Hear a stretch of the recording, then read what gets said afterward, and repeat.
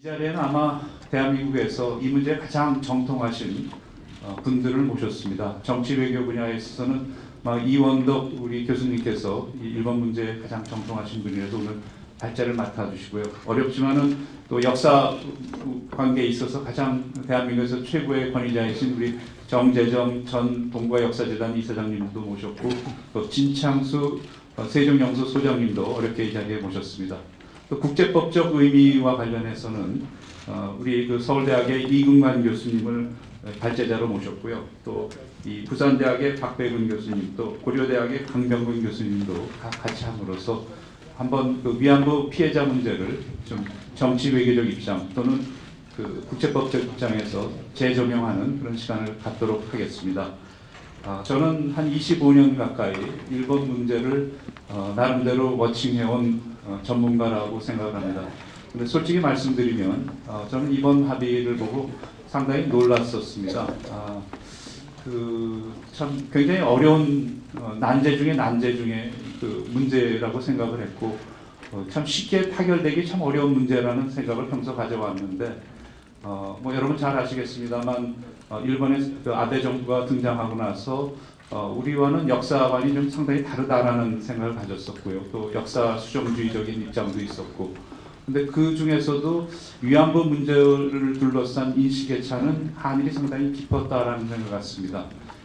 작년만 하더라도 재작년이죠. 2014년에는 이 고노다마죠. 일본군 위안부 문제에 대한 어떤 일본군 관여나 이런 것을 인정했던 고노다마를 검증한다는 명목으로 해서 상당히 다른 입장을 내놨고요. 검증 보고서를 보면 마치 한일 간의 의견 교환을 통해서 한국의 어떤 역량을 통해서 고노다마가 만들어졌다라는 그런 뉘앙스까지 있었기 때문에 이런 상황에서는 정말 위안부 문제의 타결은 거의 불가능한 것이 아닌가라는 그런 생각을 가졌습니다. 그런데 놀랍게도 지난 며칠 전 한일 외상회의를 통해서 이 극적인 어떤 타결을 보았습니다. 그 내용 또한 제가 보기엔 상당히 극적이었던 것 같습니다. 여태까지 어떠한 그런 합의보다도 진전된 내용을 저는 담고 있다라는 생각을 갖습니다.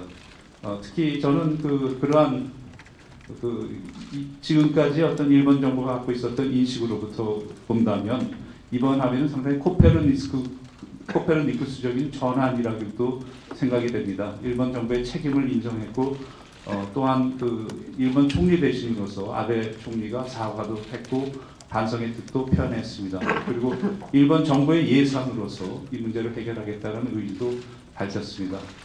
흔히 법적 책임에 대한 여러 가지 문제가 아직 그 단어가 포함되지 않음으로써 이게 참 합의가 참 충분치 않다라는 그런 지적도 있습니다만, 법적 책임이 과연 무엇인지 그것을 뒤집어서 생각한다면 결국은 진상을 규명하고 또 책임을 인정하고 사과를 하고 배상하는 그런 문제입니다. 그리고 마지막으로 책임자 처벌까지도 생각할 수 있는데, 책임자는 더 이상 대부분 사망했기 때문에 존재하지 않을 것이고요. 그렇게 본다면 앞서 얘기한 그런 포인트들은 사실상 이번 합의에 대부분 다 반영되어 있는 것이 아닌가라는 생각을 했습니다.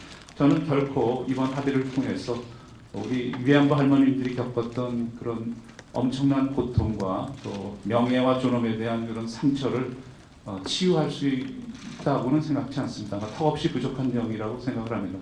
그럼에도 불구하고 우리 양국이 이제 한일 양국이 이제 한 배를 탔다라는 생각을 갖고 이 문제를 이제 지혜롭게 해결해 나감으로써 위안부 피해자 할머님들이 갖고 있는 그 한을 좀 풀어드리는, 더 이상 대못질을 하지 않는 그런 계기가 이번 합의를 통해서 양국 사이에 마련되었고, 또 그것이 해결되는 치유되는 전기가 되어야 된다는 생각을 갖습니다.